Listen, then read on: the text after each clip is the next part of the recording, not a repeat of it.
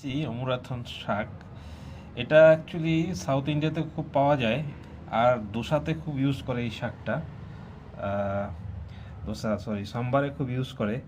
তো শাকটা খুব পুষ্টিকর, আর খেলে শরীর খুব ঠান্ডা থাকে। সো নিয়ে এসেই দেখো ধুয়ে টুয়ে রেখেছি কেটে।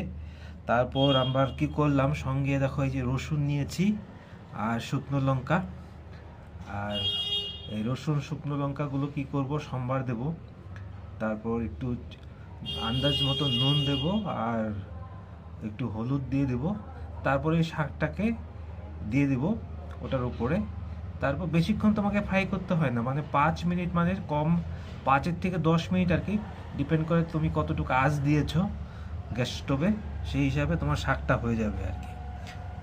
বন্ধুরা, এখন তাহলে শাকটাকে পুরোপুরি প্রিপেয়ার করব। তো আমি কড়াইটা গরম হয়েছে, তো এখন একটু সর্ষের তেল ঢেলে দিচ্ছি এখানে। তো সর্ষের তেল ঢালার পর এখানে সম্বার দিতে হবে। তো বলে রেখেছিলাম এই তোমার রসুন সম্বার দিতে হবে। রসুন সম্বার দিয়ে দিলাম। তারপর দেখতে পাচ্ছ রসুনের পর আর কাঁচা লঙ্কাগুলো দিয়ে দাও, আর সঙ্গে শুকনো লঙ্কা দিতে পারো, আর কাঁচা লঙ্কা দিয়ে দাও, হয়ে যাবে। এরপরে একটু তোমার নাড়াচাড়া করে নেবে, নাড়াচাড়া করে নেওয়ার পর তারপরে একটু হলুদ দিয়ে দিলে, হলুদ দেওয়ার পর ভেজে নিলে একটু ভেজে দেওয়ার পর দেখলে একটু রসুনটাকে বেশি ভাজবে না। তো আমার এটা হয়ে গেছে ভাজা। তো আমার এই যে ধুয়ে রাখা শাকটা, এই দেখো দেখতে পাচ্ছ ধুয়ে রাখা শাক, এটা আমরা দিয়ে দিলাম।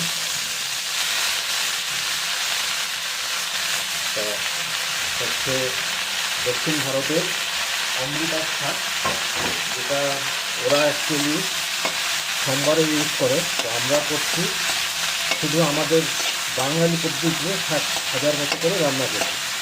আর এটাকে বেশি ভাজবে না, এই শাকটাকে বেশি ভাজতে হবে না, এরকম নড়াচড়া করে। তো এখন দেখলাম নড়াচড়া করে নিলাম, নড়াচড়া করে নিয়ে এখন একটু হালকা আছে এটাকে ঢেকে দিলাম। দেখো কিছুক্ষণ ভাজছিলাম এখন। তো এখন আমরা এটাকে উঠিয়ে নিব। উঠিয়ে নেওয়ার পর দেখো অর্ধেক ভাজা হয়ে গেছে প্রায় শাকটা। এখন একটু সল দিতে হবে, বেশি সল দেবে না, আমি খুব কম সল দিলাম। তো সল দিয়ে আর একটু ভাজবে।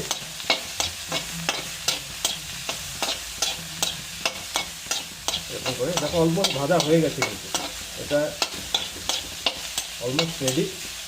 কারণ শাককে বেশি ভাজতে হয় না, তাহলে যেটা শাকের যেটা পুষ্টি থাকে বা শাকের যেটা খাদ্য উপাদান থাকে বা নিউট্রিশন থাকে, ওটা পুরোপুরি পাওয়া যায় না। তো এখন দেখো এটা পুরোপুরি ফ্রাই, আর গন্ধটাও খুব ভালো বেরোচ্ছে আর কি। রসুনের সঙ্গে শাকের সেই মিশ্রণের গন্ধটা খুব ভালো লাগে। আর এটা গরম গরম ভাত দিয়ে একটু সর্ষের তেল মেখে গরম গরম ভাত দিয়ে খাবে, সেই স্বাদ হবে। ঠিক আছে বন্ধুরা, আজকের জন্য এটাই হচ্ছে আমাদের অমৃতার শাক, যেটা শরীরকে খুব ঠান্ডা রাখে। থ্যাংক ইউ বন্ধুরা।